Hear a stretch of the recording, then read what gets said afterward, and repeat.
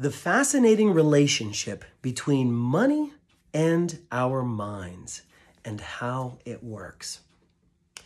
Now, many of us have been in this situation at one point or another in our lives. We probably have not had enough money. We've had some tough times financially, struggling or whatnot. I believe that we've all been there.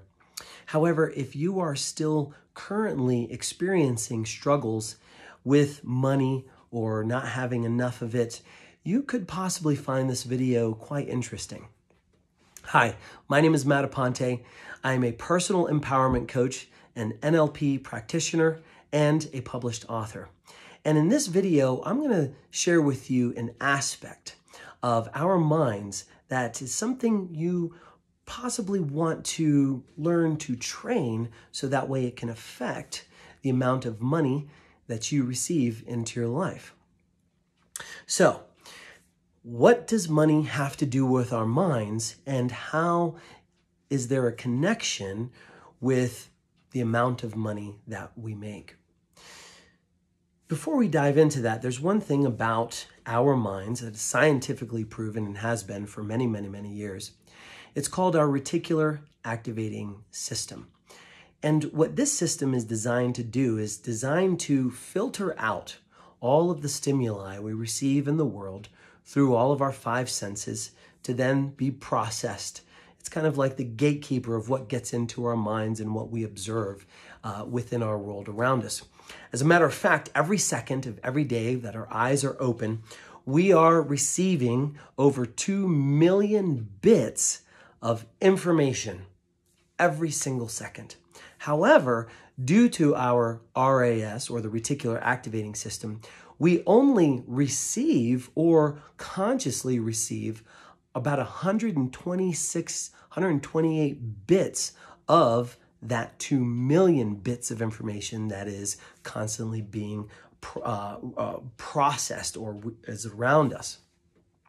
So to kind of give you a comparison, imagine if you have your phone and the camera on your phone was a 2 million megapixel phone image or camera.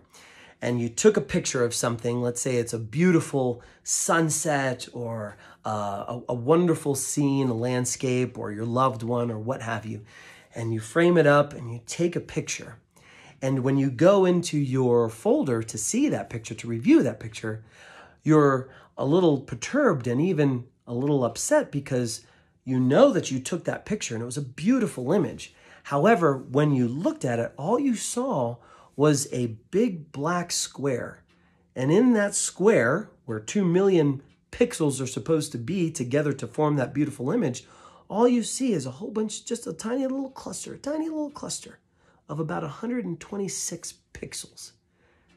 Now that's not the whole picture, right? Well, that is exactly, and literally what happens in the observance of our reality.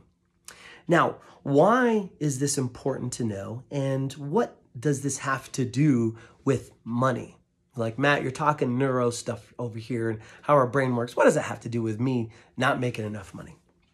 Well, it's really interesting because our reticular activating system has been formed and programmed over the years to filter, delete, distort, and generalize all of the things around us. And our subconscious mind, which is essentially part of our RAS, our subconscious mind, sees things around us and says, okay, that's not important. You don't need to know about that. That's not important. You don't need to know about that. Oh, that's important. You need to recognize that. Okay, we'll grab that. You can see that. That smell is important because you want to remember that. But everything else is not important. So we're blocking all of that. Now, the reason why it does that is because processing 2 million bits of information every second through all of our senses would be overloading. We wouldn't be able to handle that. And so what happens is that over the years, we are programmed to recognize things and to not recognize things. And how this ties in with money is our association with money on all levels. So, if by science, which has been proven, we only recognize the things that we have programmed, our brain and our subconscious, our RAS, to recognize, then the way that that ties into money is, what is our relationship with money, even on the smallest, littlest scale? So you have to think that we are constantly reprogramming our subconscious mind to see, to recognize certain things that are important to us. So when we usually get a check, maybe a new client, or we get a windfall of money, or an investment skyrockets, or we make a big sale, or we receive, maybe $100 for some reason is just lying on the floor. When we recognize a large sum of money, we're usually like, oh, wow, that's awesome. That's great. Or we get our paycheck every week or every other week or once a month, what have you. And we're like, oh, great, I got paid, right? So we have that association with a larger sum of money. And that's great. However, many times we'll be walking down the sidewalk and we see a penny on the sidewalk and we don't even notice it. Or we'll see a nickel, maybe even a quarter, and many won't even stoop over to pick up the quarter.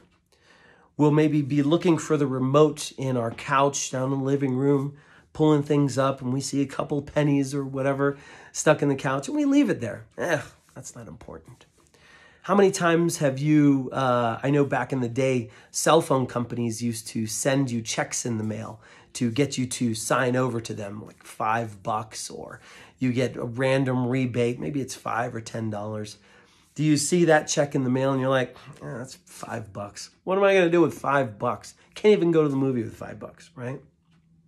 Well, what you are unconsciously doing is you are programming your mind to have that negative association to money.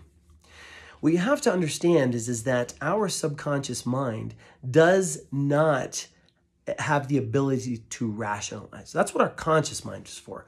Our conscious mind is there to reason, to rationalize, to use logic. Our unconscious and our subconscious mind does not have that ability.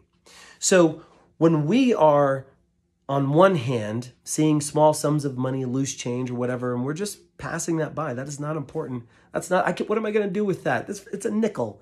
Keep it. What am I going to do with that? Well, we are programming our subconscious mind to have that association with money. Well, that's not important to us. And then, on the other hand, when we get a lot of money, we're like, oh, yeah, hey, that's great, right? And so there causes a confusion.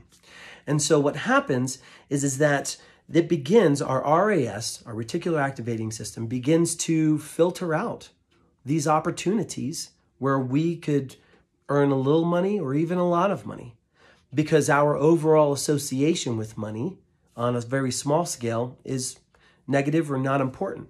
And so we're literally programming ourselves not to have a positive association with money in general. Because you have to understand, as far as the subconscious mind goes, money is money. Whether it's a penny or $1 million, money is money. It's just a different amount. And so that is the wonderful and amazing association that our brains have with money.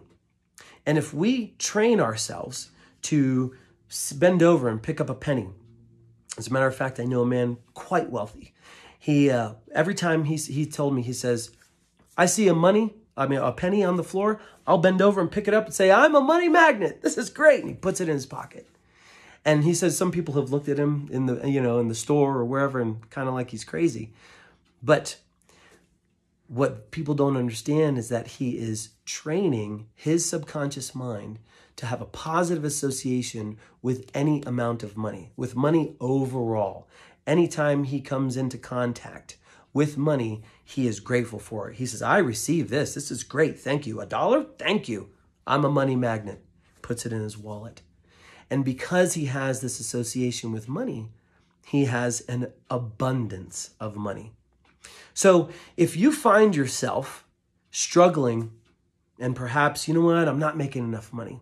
There's a lot of things going on there. However, one of the things I urge you to maybe try next time, today, when you're going out, when you see maybe a penny or a nickel or a quarter somewhere, grab it and be like, ooh, I got money. Put it in your pocket.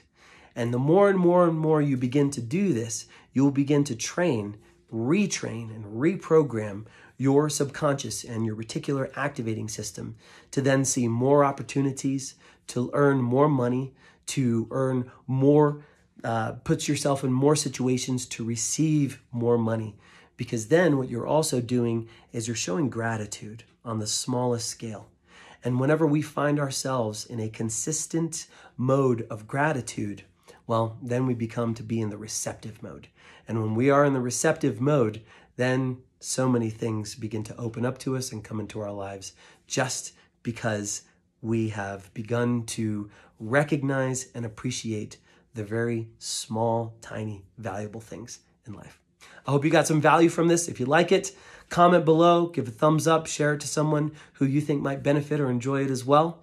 And also my new book is out and published. It's called The Art of Kicking Ass and Taking Names, the ultimate guide to mastering your day without burning out. You can go check it out at the link below, or if you're in any one of my profiles or on Instagram, you can click the link in my bio and you can check it out there.